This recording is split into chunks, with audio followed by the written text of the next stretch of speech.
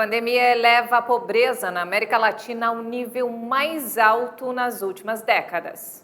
A Agência Reguladora da Europa aprova a pílula anti-Covid do laboratório da Pfizer. Inglaterra suspende maioria das restrições contra a Covid-19. Máscaras e passaporte de vacinação não são mais obrigatórios. Bolsonaro libera aumento de mais de 33% para piso de professores. Presidente confirma que irá à Rússia, apesar de conflito com a Ucrânia. Aliança entre montadoras investirá cerca de 26 bilhões de dólares em carros elétricos. Boa noite. Boa noite. A pandemia de Covid está causando um aumento sem precedentes nos níveis de pobreza na América Latina, região mais desigual do mundo e mais afetada pela crise sanitária. A Comissão Econômica para a América Latina, a CEPAL, somou mais de 5 milhões de indivíduos nesta situação no último ano. O número foi divulgado pela Comissão Econômica para a América Latina, que soma agora 86 milhões de indivíduos, representando 13,8% da população da região. A pobreza, como indicador geral, recuou de 33% para 32,1% em 2021, totalizando 201 milhões de pobres. Os movimentos aconteceram dentro da recuperação econômica de 6,2% do Produto Interno Bruto que os países latino-americanos atingiram em média durante 2021. Segundo a CEPAL, a taxa de aumento da pobreza extrema representa um retrocesso de 27 anos na evolução dos indicadores. A comissão indicou que o aumento da pobreza em 2021 vai afetar principalmente o Brasil e a Costa Rica devido aos cortes nos auxílios estatais. A secretária executiva da CEPAL, Alicia Barcena, disse que a repercussão econômica de 2021 não foi suficiente para mitigar os efeitos sociais e trabalhistas da pandemia, ligados à desigualdade de renda e gênero, pobreza, informalidade e vulnerabilidade em que vive a população.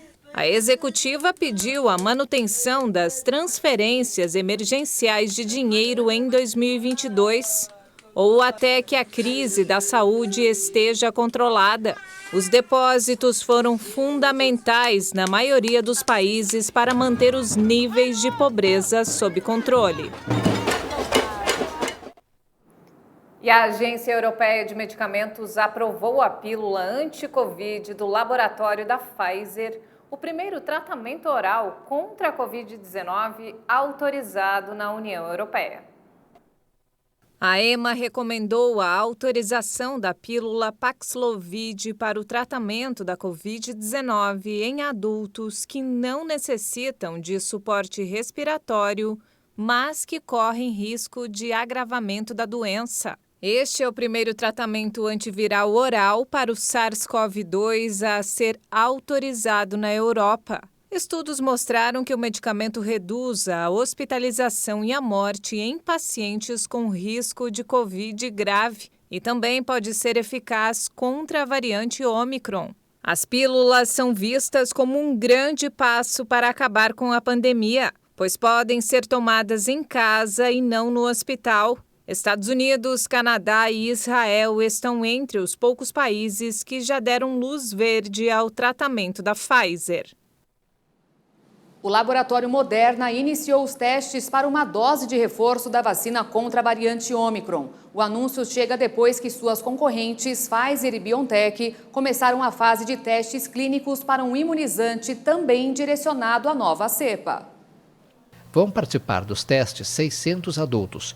Metade já recebeu 2 doses da vacina Moderna há pelo menos 6 meses. E a outra metade recebeu as 2 doses iniciais mais o reforço já autorizado.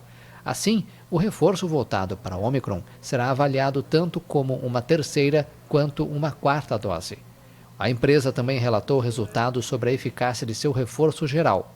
6 meses após a injeção, os níveis de anticorpos neutralizantes contra a nova cepa caíram 6 vezes em relação ao pico observado 29 dias após a vacinação, mas permaneceram detectáveis em todos os participantes. O anúncio da Moderna chega um dia depois que suas rivais Pfizer e BioNTech disseram que começaram a fase de testes clínicos para um imunizante direcionado ao Ômicron. O mundo registrou 3.840.000 novos casos de Covid-19 nas últimas 24 horas. Mesmo sendo mais um recorde, dados iniciais da Organização Mundial da Saúde sugerem que a curva de infecções causadas pela variante Ômicron começa a desacelerar. E olha só, a Inglaterra abandonou quase todas as últimas restrições impostas contra a variante Ômicron do coronavírus. A expectativa do governo é que a população conviva com a Covid-19 como convive com a gripe.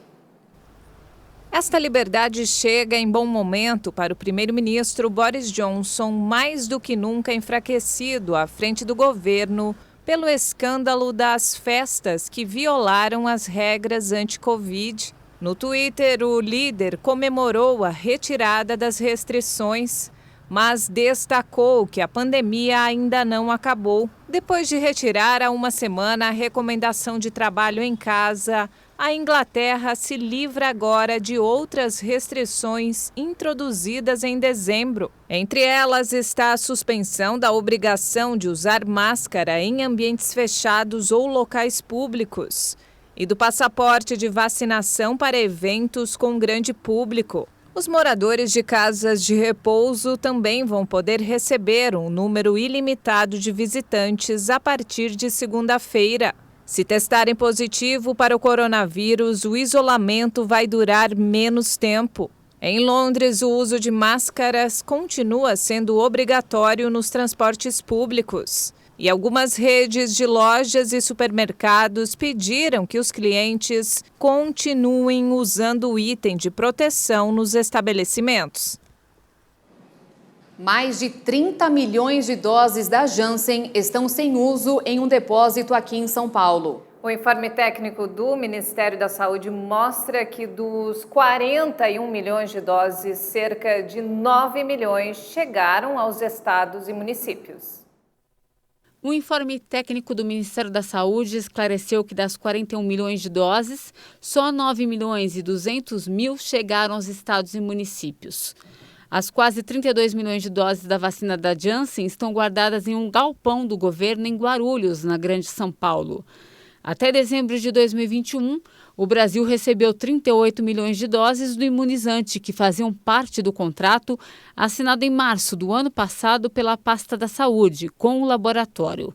Os outros 3 milhões vieram de uma doação do governo americano.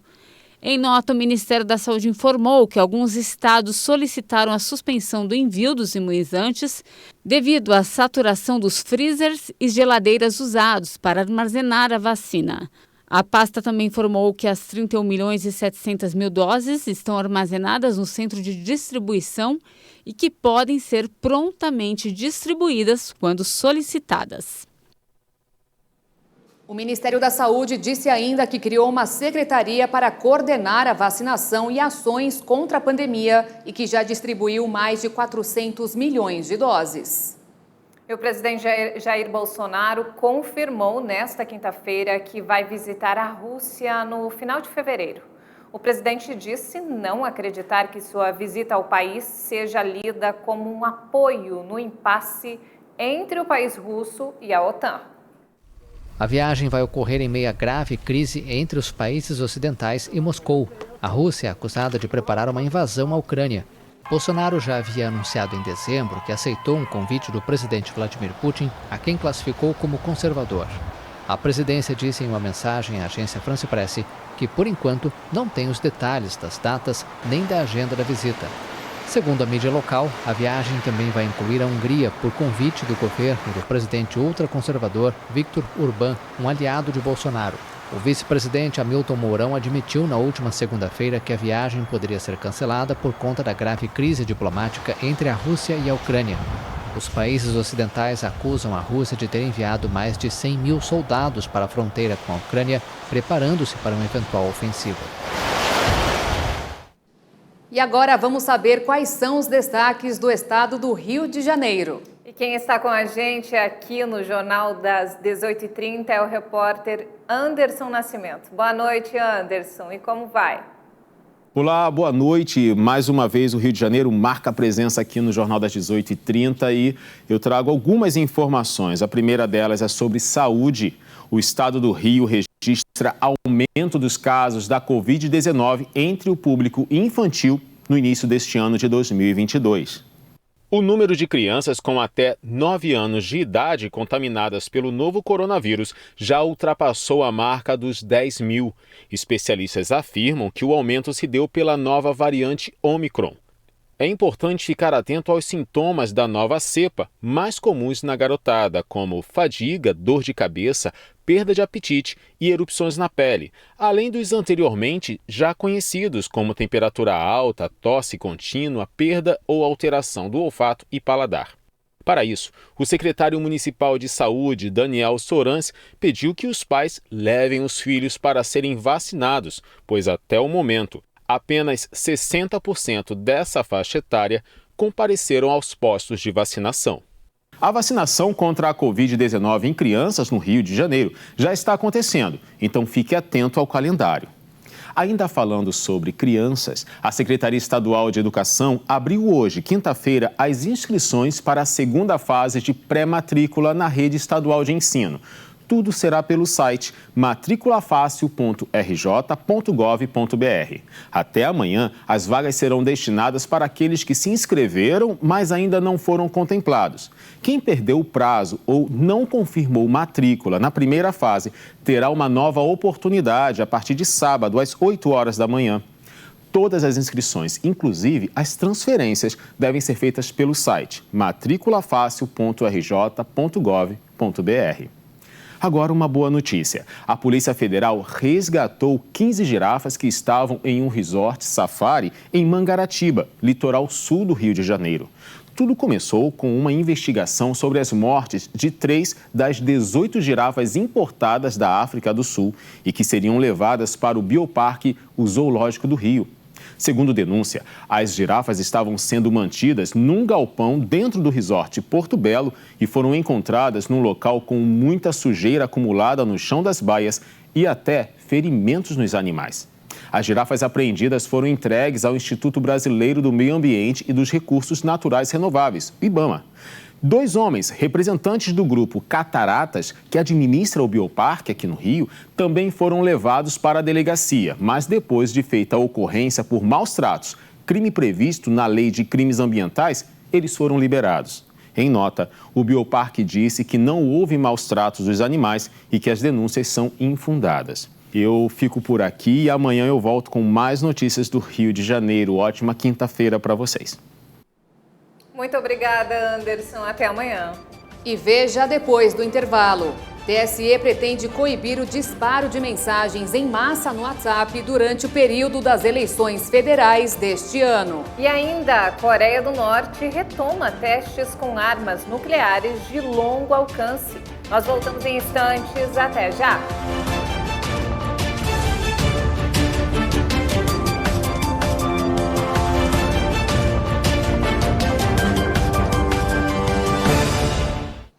O Tribunal Superior Eleitoral pretende coibir, em parceria com o WhatsApp, o disparo de mensagens em massa no aplicativo durante o período das eleições federais deste ano. A ideia é aprimorar uma ferramenta criada em 2019 e que foi usada nas eleições estaduais de 2020. A representação do WhatsApp no Brasil diz que o aplicativo colabora com a justiça e permitirá que usuários façam denúncias ao TSE ao identificarem disparos de mensagens em massa e fake news. A empresa ressalta que a plataforma serve para conversas privadas e que propaganda eleitoral profissional não será permitida, cabendo o banimento das contas identificadas. Em 2021, o TSE absolveu a chapa do presidente Jair Bolsonaro no julgamento de uma denúncia relacionada ao contrato de disparos de mensagens em massa. O ministro Alexandre de Moraes, que será presidente da Corte em 2022, já disse que se a prática de envio de mensagens em massa e disseminação de fake news for identificada nas eleições de 2022, a chapa responsável poderá ser cassada e presa por atentar contra as instituições e a democracia no país. No caso do Telegram, concorrente do WhatsApp que não possui representante no Brasil, a Justiça Eleitoral avalia suspender o uso do aplicativo por falta de colaboração. E o presidente Jair Bolsonaro liberou um aumento de 33% para o piso de professores. Com o aumento, o valor do piso da categoria sobe cerca de R$1.000. Bolsonaro diz que vai seguir a lei para um reajuste salarial a professores de todo o país, pagos por estados e municípios. Pela norma do magistério, o reajuste de professores é atrelado ao chamado valor por aluno do Fundo de Manutenção e Desenvolvimento da Educação Básica e de Valorização dos Profissionais da Educação, o Fundeb, definido pelo Ministério da Educação. Pela variação da inflação nos últimos 2 anos, o reajuste do valor por aluno devia ser de 33% em 2022. Mas governadores e prefeitos estão tentando modificar a lei e o cálculo do reajuste como forma de minimizar o impacto nos cofres de estados e municípios. O Ministério da Educação sempre estabelece em janeiro de cada ano o percentual de reajuste do piso da categoria. A correção deve ser publicada em medida provisória ainda nesta semana. Aplicando o percentual de 33%, o piso salarial nacional dos professores passa de R$ 2.886 para R$ 3.845. O valor deve passar a valer em maio. O índice de confiança da indústria caiu 1,7 pontos em janeiro e atingiu o menor nível desde julho de 2020. Com a queda, o índice ficou em 98,4 pontos, a marca mais baixa nos últimos 17 meses. Trata-se da 6ª baixa consecutiva do indicador. O índice varia de 0 a 200 e resultados acima de 100 indicam otimismo do setor. No trimestre, o ICI manteve a tendência negativa ao cair 2,3 pontos. As informações foram divulgadas pelo Instituto Brasileiro de Economia da Fundação Getúlio Vargas. A FGV afirma que o setor industrial inicia 2022 com queda disseminada da confiança entre os segmentos, pesando sobre esse resultado as incertezas em decorrência do aumento dos casos de Covid, que tem levado a reduções no quadro de funcionários e ampliação das restrições em países que sentiram o impacto da pandemia. O resultado do mês foi influenciado por uma piora tanto das avaliações sobre a situação atual quanto das perspectivas para os próximos meses, de acordo com o levantamento. E em mais destaques internacionais, a Coreia do Norte disparou um projétil não identificado nesta quinta-feira. De acordo com o regime, o país quer retomar testes com armas nucleares de longo alcance. A Coreia do Norte realizou seu 6º teste de armas este ano. Os militares sul-coreanos informaram sobre o lançamento de um projétil não identificado no Mar do Leste, em referência ao Mar do Japão. A última vez que a Coreia do Norte testou tantas armas em um mês foi em 2019, após o colapso das negociações entre o líder Kim Jong-un e o então presidente dos Estados Unidos, Donald Trump. Pyongyang disparou 2 mísseis de cruzeiro e realizou pelo menos 4 testes de armas adicionais este mês, incluindo 2 mísseis chamados de hipersônicos em 5 e 11 de janeiro. Na semana passada, o regime norte-coreano sugeriu que retomaria seus testes de armas nucleares e de longo alcance, suspensos desde 2017. As montadoras Renault, Nissan e Mitsubishi pretendem investir cerca de 26 bilhões de dólares em tecnologia para veículos elétricos nos próximos 5 anos. O investimento faz parte de um plano anunciado nesta quinta-feira pelos parceiros, que atualiza a estratégia do grupo para veículos elétricos. Segundo os 3 grupos, o objetivo é disponibilizar 35 novos modelos destes veículos no mercado até 2030. Alinhamos rotas tecnológicas de baterias para veículos elétricos, levando, entre outros, a seleção de um fornecedor comum para Renault e Nissan na França, Reino Unido e Japão. Definimos uma visão comum sobre arquitetura elétrica e eletrônica. As principais montadoras do mundo estão priorizando cada vez mais os veículos elétricos e híbridos à medida que aumentam as preocupações com as mudanças climáticas. Hoje, quase 10% das vendas de carros na Europa são veículos elétricos, mas nos Estados Unidos este número é de apenas 2%. Até agora, os membros da aliança haviam investido no total mais de 11 bilhões de dólares na eletrificação. E a edição do Jornal das 18h30 de hoje fica por aqui. Muito obrigada pela sua companhia. E se quiser rever as nossas reportagens, acesse o canal HIT Notícias no YouTube. Uma ótima noite para você.